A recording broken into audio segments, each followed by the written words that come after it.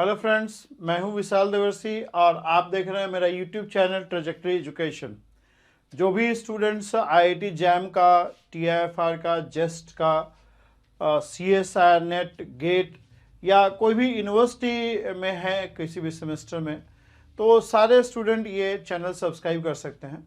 इसमें मैं लगातार अलग अलग फिजिक्स के टॉपिक का वीडियोस बना रहा हूँ और आगे चल के मैथ्स का भी बनाऊंगा मैं। ठीक है, अभी हम लोग इलेक्ट्रिसिटी मैग्नेटिज्म स्टार्ट किए हैं। लास्ट क्लास में हमने कूलम्स लॉ पढ़ा था। तो अब नेक्स्ट जो टॉपिक है दैट इज इलेक्ट्रिक फील्ड। ठीक है, इलेक्ट्रिक फील्ड क्या है उसको थोड़ा समझने की कोशिश करते हैं हम लोग।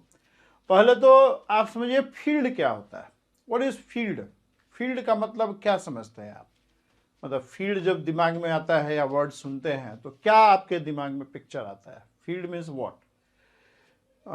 बताइए। फील्ड का मतलब what do you mean by field? Field word का क्या मीनिंग है? डिक्शनरी मीनिंग क्या है? क्या रियल लाइफ में हम लोग अपने लाइफ में फील्ड जब वर्ड सुनते हैं तो उसका क्या मीनिंग हमको समझ में आता है? पहले तो वो समझा जाए फील्ड क्या होता है, उसके बाद हम लोग इलेक्ट्रिक फील्ड पे आएंगे। देखो, फील्ड का मतलब होता है इन्फ्लुएंस। ठीक है, मतलब आप देखोगे कोई भी बॉडी, जैसे इवन कोई सन ले लो या अर्थ है, ये सब अपने अराउंड एक फील्ड क्रिएट करता है। मतलब earth also has got field around itself. Earth भी अपने चारों तरफ एक ग्रेविटेशनल फील्ड क्रिएट करता है such that if any body comes near the earth it will get attracted. Even लोगों का भी फील्ड होता है, हम लोग का भी फील्ड है, एक टीचर का भी फील्ड होता है। मतलब वो जहाँ जाता है स्टूडेंट्स वगैरह को अट्रैक्ट करता है। ठीक है, और वो कितना फोर्स से अट्रैक्ट करेगा वो डिपेंड करता है वो कैसा पढ़ाता है। ठीक है, कोई बहुत ही फेमस टीचर, बहुत अच्छा टीचर है, ठीक है, अच्छा पढ़ाता है तो काफ़ी स्टूडेंट लोगों को अट्रैक्टिवली इंटरेक्ट करेगा उससे। ठीक है, तो हर आदमी का, हर ऑब्जेक्ट का, इवन चार्जेस का भी फील्ड है। मतलब you have a charge Q, it generates a field around itself such that if any charge comes in the vicinity मतलब neighborhood, if any charge comes in the neighborhood it will experience a force. It will experience a force. All the stars, all the planets, they are producing a field around itself such that if any mass comes in the neighborhood of that star or planet it will get attracted to experience a force. ठीक है, तो मतलब हर object जो है एक field create कर रहा है अपने चारों तरफ। हर चार्ज एक फील्ड क्रिएट कर रहा है अपने तरफ।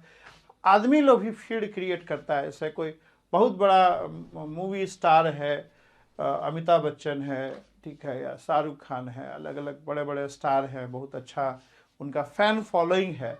तो कहीं भी जाएंगे तो मतलब देखेंगे कि चार तरफ फील्ड क्रिएट करेगा, बड़े सारे लोग भीड़ लगा के देखने आ जाएंगे। ठीक है, तो एक एक्टर कितना स्ट्रांग फील्ड क्रिएट करता है वो डिपेंड करता है वो कितना अच्छा एक्टिंग करता है।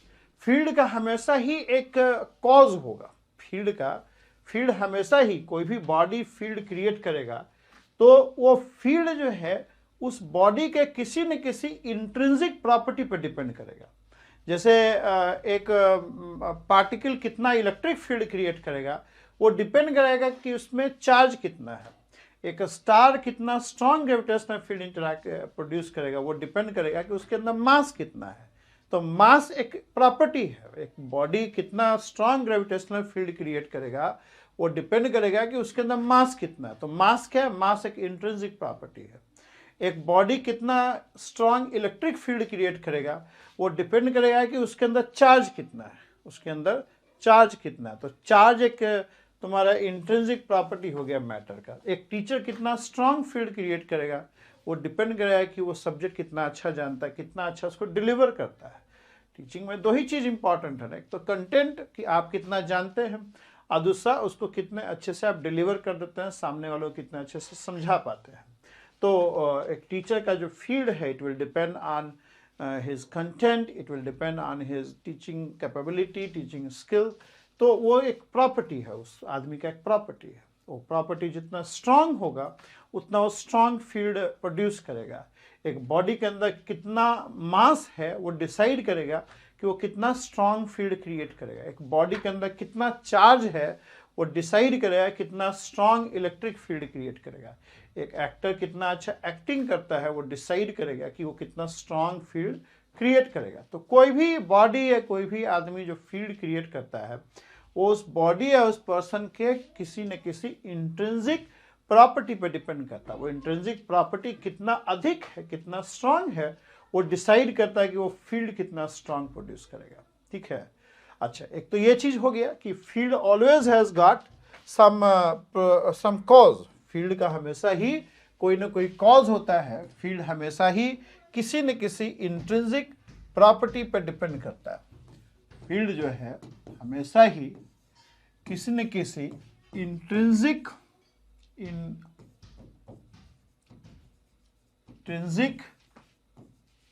कैरेक्टरिस्टिक पे डिपेंड करेगा। जैसे अगर हम लोग इलेक्ट्रिक फील्ड का बात करते हैं तो वो इंट्रिंसिक प्रॉपर्टी चार्ज हो गया। अगर हम लोग ग्रेविटेशनल फील्ड का बात करेंगे तो वो इंट्रिंसिक प्रॉपर्टी जो है वो मास हो जाएगा।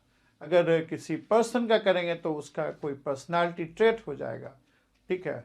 तो हमेशा ही फील्ड किसी न किसी इंट्रिंसिक कैरेक्टरिस्टिक पर डिपेंड करेगा।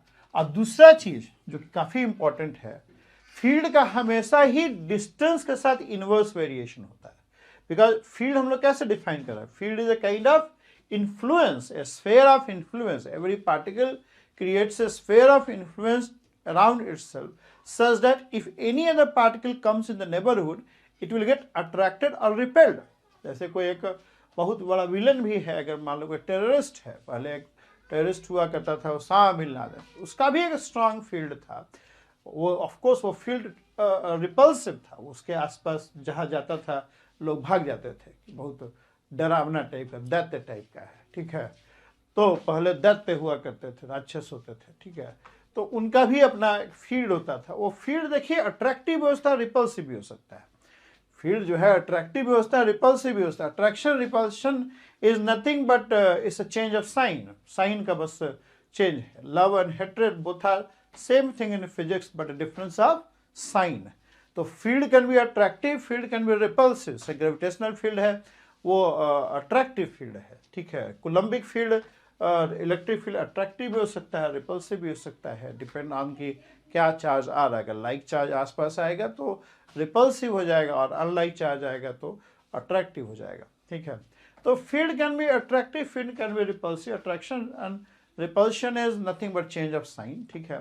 तो वो देखिए हमेशा ही जो attraction and repulsion, they are all what we call interaction, the nature ultimately क्या है कि every particle is creating a field around itself such that if any other particle comes in the vicinity, it's going to interact, it's going to experience a force। ठीक है। तो हमेशा ही देखिए चूंकि interaction हमेशा ही डिस्टेंस के साथ इनवर्स वेरिएशन होता है, तो फील्ड का भी हमेशा ही it will vary inversely with the distance. हमेशा ही फील्ड का डिस्टेंस के साथ इनवर्स वेरिएशन होगा। वो इनवर्स वेरिएशन आर स्क्वायर हो सकता है, आर क्यूब हो सकता है, आर भी हो सकता है, डिपेंड्स। ठीक है। Depends on case to case basis. तो फील्ड का एक तो फील्ड का कॉज होगा जो कि ये इंट्रिंसिक प्रॉपर्टी है, इंट्रिंसिक कैरेक्टरिस्टिक है, जो कि मास हो सकता है, चार्ज हो सकता है, और इसका डिस्टेंस के साथ इनवर्स वेरिएशन होगा कि field is all about interaction. ठीक है। इंटरैक्शन पार्टिकल का एक बॉडी कितना स्ट्रांगली इंटरैक्ट करेगा उसका डिस्टेंस का इनवर्स वेरिएशन होगा हमेशा। क्योंकि interaction always involves exchange of particles. जैसे कोलम्बिक फोर्स के केस में, इलेक्ट्रिक फील्ड के केस में जो पार्टिकल एक्सचेंज करता है दो चार्ज, वो वर्चुअल फोटोन्स होता है। ग्रेविटेशन में के केस में वो ग्रेविटोन हो जाता है। ठीक है। और स्ट्रांग फोर्स अगर न्यूक्लियर फोर्स के केस में देखें तो पायोन्स हो जाता है। तो वो हमेशा ही पार्टिकल एक्सचेंज स्ट्रॉन्गर होगा। अगर पार्टिकल अगर दो बॉडीज क्लोजर होंगे तो एक्सचेंज ऑफ पार्टिकल स्ट्रॉन्गर होगा। दो बॉडी जब दूर हो जाएंगे तो एक्सचेंज ऑफ पार्टिकल वीक हो जाएगा। ठीक है। तो वो कितना स्ट्रांग एक्सचेंज ऑफ पार्टिकल्स होगा वो डिसाइड करेगा कितना स्ट्रांग फील्ड होगा। और चूंकि एक्सचेंज ऑफ पार्टिकल डिस्टेंस के साथ इनवर्स वेरिएशन है तो फील्ड का भी डिस्टेंस के साथ इनवर्स वेरिएशन होगा। मतलब कोई अगर मान लो हम लोग कोई रोड पे एक्टर देखते हैं तो मतलब देखने चले जाते हैं। लेकिन अगर कोई बहुत दूर रहता है तो हम लोग कहते हैं यार नहीं जाएंगे, मतलब डिस्टेंस के साथ उसका इन्वर्स वेरिएशन है, डिस्टेंस के साथ इन्वर्स वेरिएशन है। अच्छा, अब हम लोग थोड़ा इलेक्ट्रिक फील्ड पे आ जाए, ठीक है। तो इलेक्ट्रिक फील्ड के केस में ये जो इंट्रिंसिक कैरेक्टरिस्टिक है दैट इज Q, और हम लोगों ने पाया है कि जो डिस्टेंस के साथ वेरिएशन है वो ये। अच्छा, ये वेरिएशन थोड़ा सा हम लोग जो लाइंस ऑफ फोर्स डिस्कस करेंगे तो वहां भी हम लोग को दिखेगा कैसे इलेक्ट्रिक फील्ड 1/r² पे डिपेंड करता है। लाइंस ऑफ फोर्स अभी पढ़ेंगे आगे, ठीक है, क्योंकि लाइंस ऑफ फोर्स इंपॉर्टेंट है, क्योंकि आगे चल के हम लोग को फ्लक्स भी पढ़ना है, तो वो लाइंस ऑफ फोर्स में देखेंगे कैसे इलेक्ट्रिक फील्ड लाइंस का डिस्कशन से ये वेरिएशन हम लोग को दिख जाएगा, क्वाइट ऑब्वियस। तो electric field ultimately what we see is electric field depends on Q/r², Q/r², and if I add constant, put constant over here, the constant is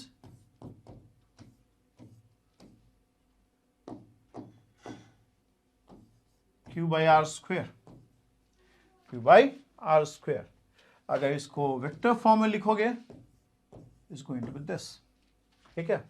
Means if you have a point charge Q, if you have point charge Q and you want to find out the field at any point P which is at a distance of r, then electric field at this point P is given by Q upon 4π r², ER cap, where ER is unit vector in the direction of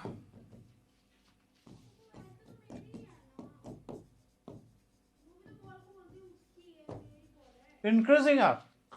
ER cap is unit vector in direction increasing r. ये आपका ER cap, ER cap is unit vector in direction increasing r. ER cap is unit vector in direction of increasing r, ठीक है। इसको हम लोग numerically ऐसे define कर सकते हो, तो क्वालिटेटिव डिस्कशन हम लोग का हो रहा था। Numerically we can define electric field as, definition लिख देते हैं, let me write the definition of electric field. Electric field मतलब ये तो पॉइंट चार्ज के लिए मैंने बताया ना आपको, ये तो पॉइंट चार्ज के लिए बताया, ठीक है। अब चार्ज का जो मतलब चार्ज तो बड़े तरह के हो सकते हैं, एक तो सिंगल पॉइंट चार्ज की वजह से फील्ड यहाँ लिख दिया मैंने, ठीक है। अब चार्ज जरूरी नहीं कि पॉइंट चार्ज हो, या पॉइंट चार्ज व्यवस्था होता है कई सारे चार्जेज हो, मतलब चार्ज का जो कन्फिगरेशन है इलेक्ट्रोस्टैटिक्स के अंदर, मतलब अगर हम लोग चार्ज कन्फिगरेशन का बात करते हैं, अब इलेक्ट्रिक फील्ड का डेफिनेशन बाद में लिखेंगे, पहले आपको हम चार्ज का कन्फिगरेशन किस टाइप का हो सकता है वो हम आपको बता दें। Electrostatics is basically we are into the system of charges, system of static charge. Electrostatics में हम लोग इलेक्ट्रोस्टैटिक पढ़ रहे हैं ना, तो electrostatic is basically we are into the system of static charges, system of static charges, ठीक है। हम लोग इस सिस्टम में, अब सिस्टम स्टैटिक चार्जेस दो तरह का हो सकता है। सिस्टम ऑफ स्टैटिक चार्जेस दो टाइप का हो सकता है। एक तो हो जाएगा आपका system of discrete charges, system of discrete charges, ठीक है। और दूसरा सिस्टम हो सकता है system of continuous distribution of charges, system of discrete charges and system of continuous distribution of charge। ये दो टाइप का सिस्टम हो सकता है, या एक सिस्टम ऐसा हो सकता है कि मतलब system of continuous distribution of charge है और उसके अंदर डिस्क्रीट चार्ज एम्बेडेड है, मतलब इन दोनों का मिक्स भी हो सकता है, ठीक है। सिस्टम ऑफ डिस्क्रीट चार्जेस में you have the point charges Q1, Q2, Q3, Qi, Qn. We have different point charges. We have n system of n point charges. Point charges. Point charge में मतलब उस charge का कोई extension नहीं है space में. You have point charge. Point charge अपने आप में देखो ऐसे आइडियलाइजेशन है, ठीक है, बट ठीक है, मतलब in physics we do take idealization, ठीक है. तो हम लोग बेसिकली देखिए, कई बार आप बोलेंगे पॉइंट चार्ज कैसे होगा. देखो मतलब कैसे होगा ये डिसाइड नहीं करता कि फिजिक्स में हम उसको पढ़ेंगे या नहीं पढ़ेंगे. मतलब ये इसका होना किसी लॉ को वायलेट नहीं कर रहा है, तो ये फिजिक्स में लिया जा सकता है. फिजिक्स में वो हर चीज़ हम पढ़ते हैं, फिजिक्स में वो हर चीज़ पॉसिबल है या फिजिबल है which does not violate any law of nature, ठीक है.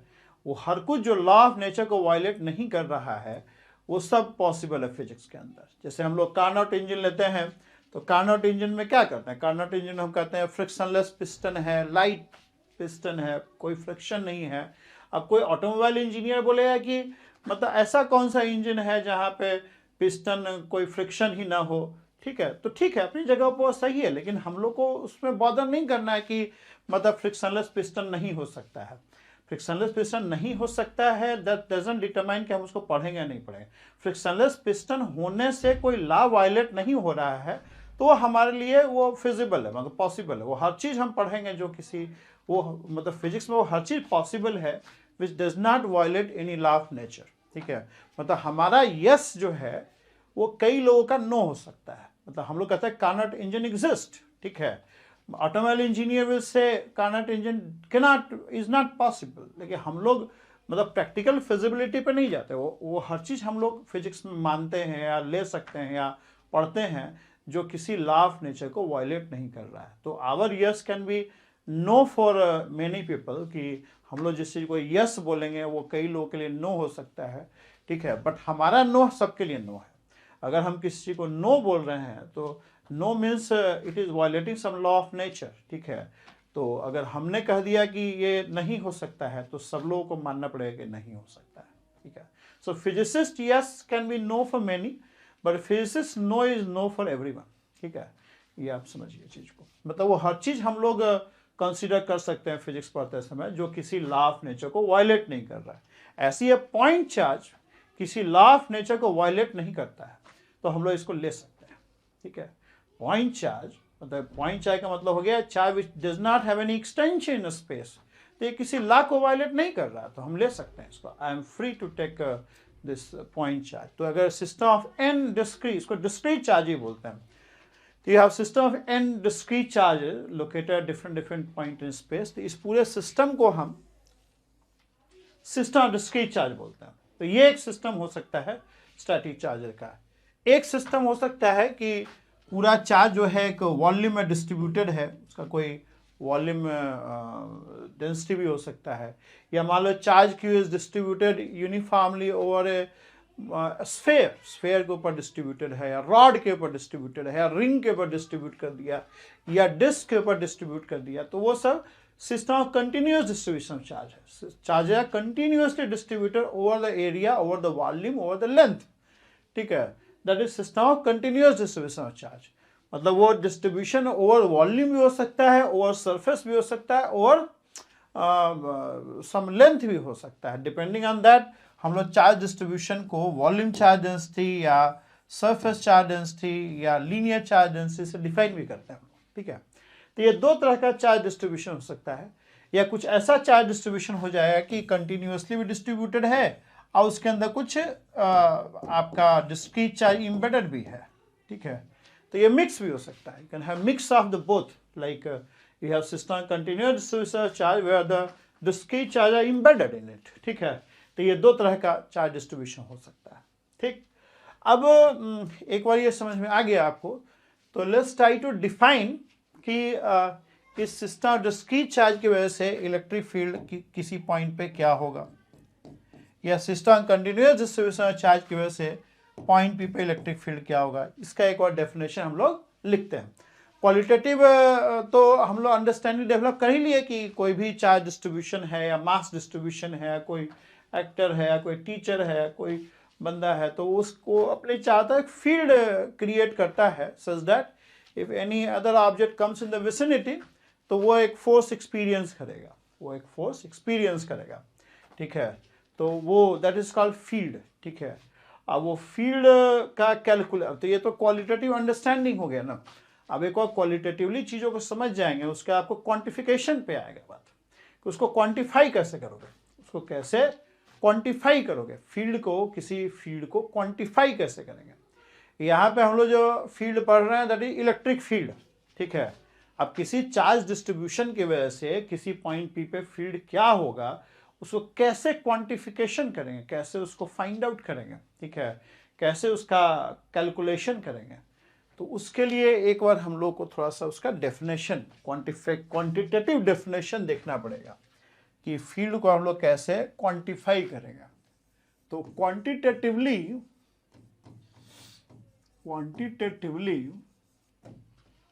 The electric field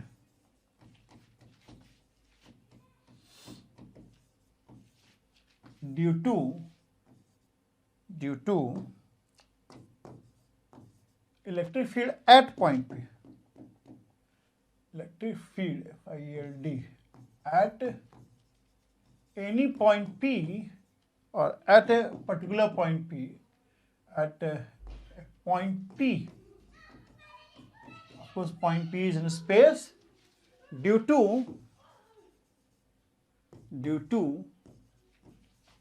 a given charge distribution.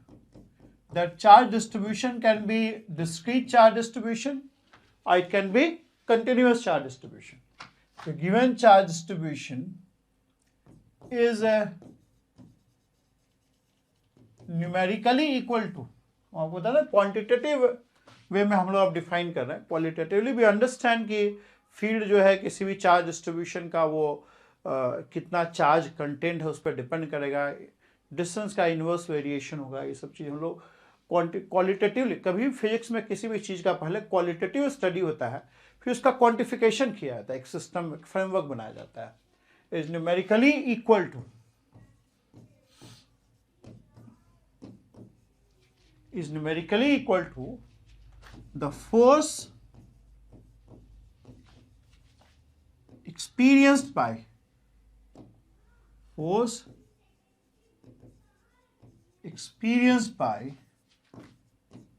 a test unit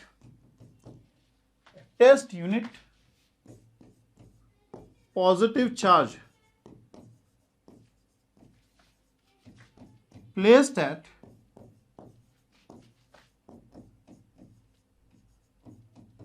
point P, placed at point P। क्या लिखा है देखो, quantitatively we define electric field at any point P due to a given charge distribution as equal to the force experienced by a test unit positive charge placed at point P. The force which I am talking is basically electrostatic force, right? और तो कोई force होगा नहीं, electrostatic force, ठीक है। मतलब कहने का मतलब ये है कि अगर मान लो तुम्हारा ये चार्ज डिस्ट्रीब्यूशन दिया हुआ है, दूसरा कलर लेते हैं, अगर मान लो कि ये आपको सिस्टम ऑफ डिस्क्रीट चार्जेज है, ये सिस्टम ऑफ डिस्क्रीट चार्ज है, ठीक है। अब मान लो किसी पॉइंट पी पे हमें इलेक्ट्रिक फील्ड निकालना है, तो what will be electric field, electric field will be equal to, electric field जो होगा that will be equal to the force which is experienced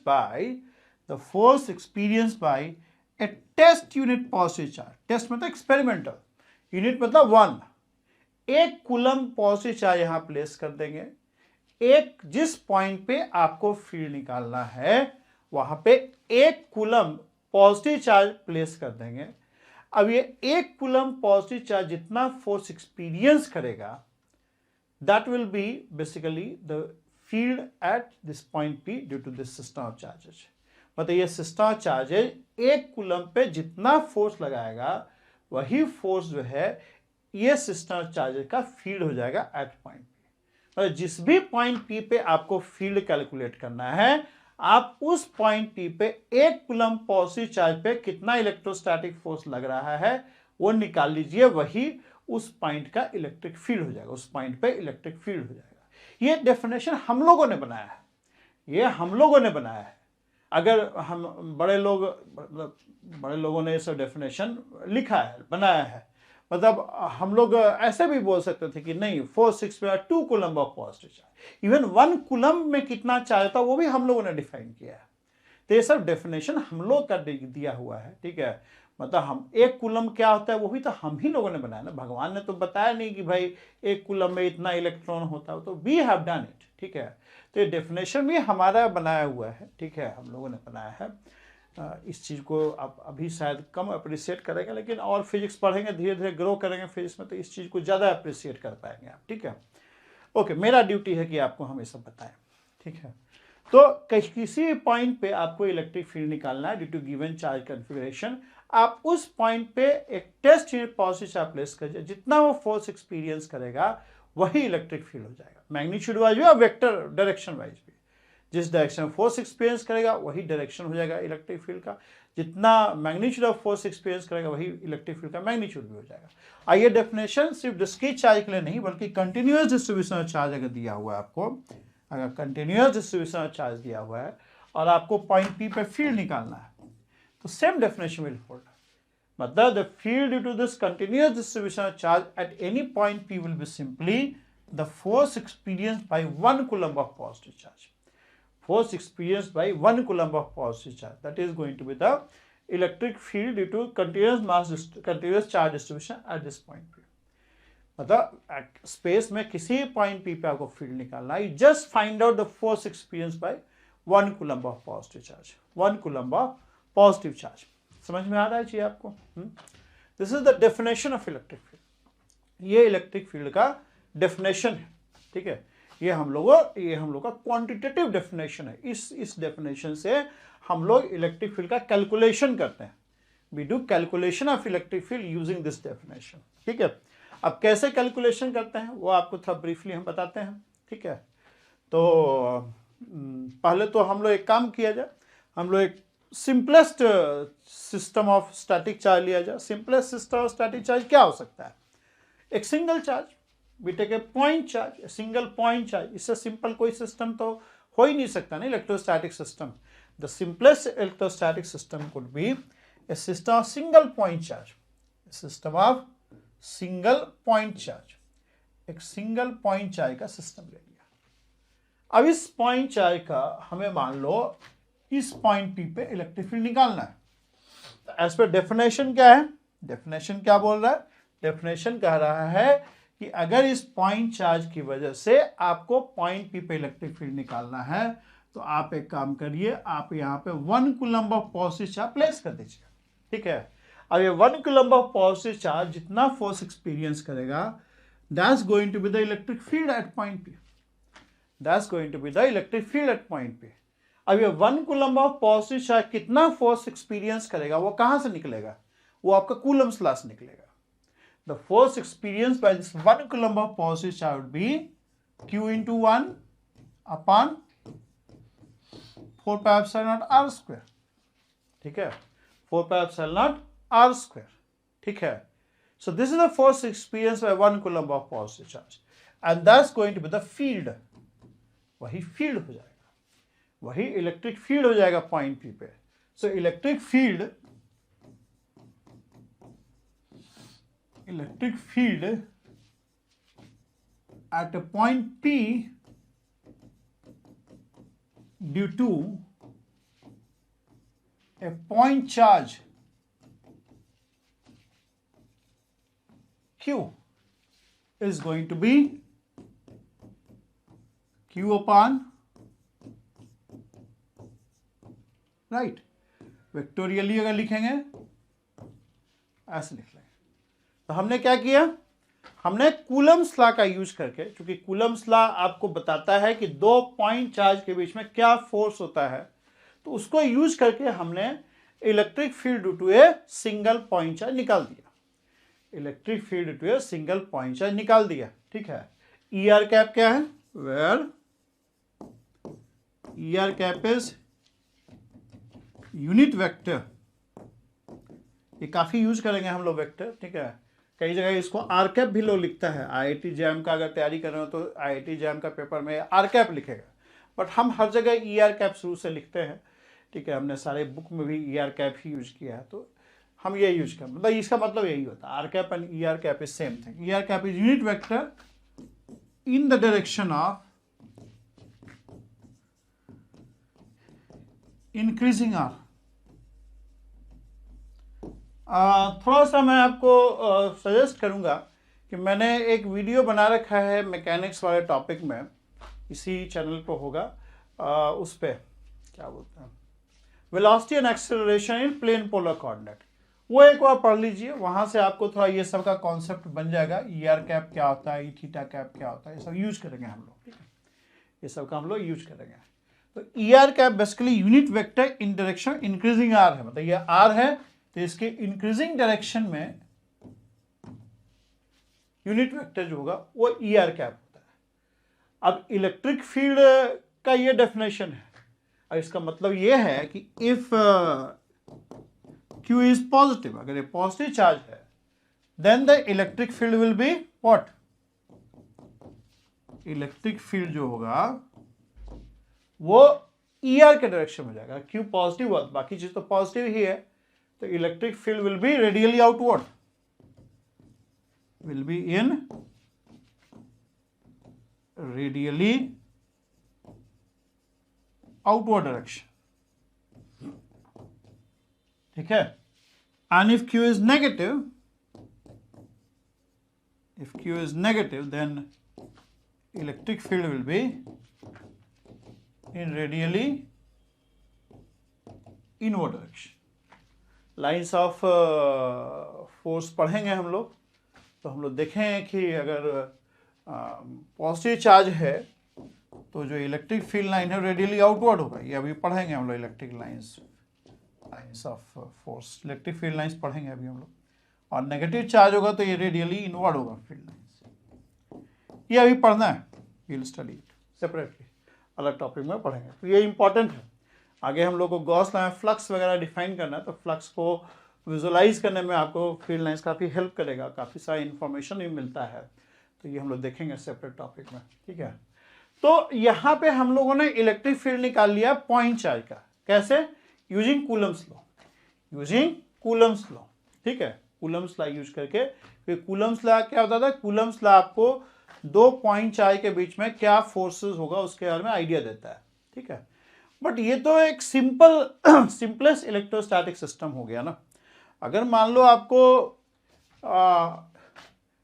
दो पॉइंट चार्ज देता है, एक आपको कहे कि ये Q1 है और ये Q2 है, तब कैसे निकालोगे इलेक्ट्रिक फील्ड पॉइंट पी पे, उस केस में पॉइंट पी पे इलेक्ट्रिक फील्ड कैसे निकालेंगे। या तीन चार्ज का सिस्टम है, Q3 है, then how will you find. या मान लो आपको कोई रिंग दे दिया और रिंग पे चार्ज कंटिन्यूअसली डिस्ट्रीब्यूटेड है और आपको बोलता है कि बताओ इलेक्ट्रिक फील्ड इस पॉइंट पे। अब यहाँ तो कूलम्स लॉ नहीं लगा पाओगे ना, कूलम्स लॉ तो सिर्फ पॉइंट चार्ज का, Coulomb's law will help you in getting electric field to Q1 only और electric field to Q2 only और इलेक्ट्रिक फील्ड टू Q3, ठीक है। एक पॉइंट चार्ज की वजह से इलेक्ट्रिक फील्ड जो होगा वो निकालने में आपको हेल्प कर देगा। बट मान लो सिस्टम ऑफ चार्ज है या ये सिस्टम कंटिन्यूअस डिस्ट्रीब्यूशन चार्ज है और इसकी वजह से पॉइंट पी पे इलेक्ट्रिक फील्ड निकालना हो तो कैसे निकालेंगे, फिर कैसे निकाला। सिंगल पॉइंट चार्ज की वजह से इलेक्ट्रिक फील्ड तो निकल जाएगा कूलम्स लॉ में, कूलम्स लॉ यूज करके जो अभी पीछे निकाला हमने। बट अगर सिस्टम ऑफ n चार्जेज है, n पॉइंट चार्ज है, n डिस्क्रीट चार्जेज है या कंटिन्यूअस डिस्ट्रीब्यूशन चार्ज है, तो उसमें आप कैसे निकालेंगे, ठीक है, उसमें कैसे निकालेंगे, क्वेश्चन ये है।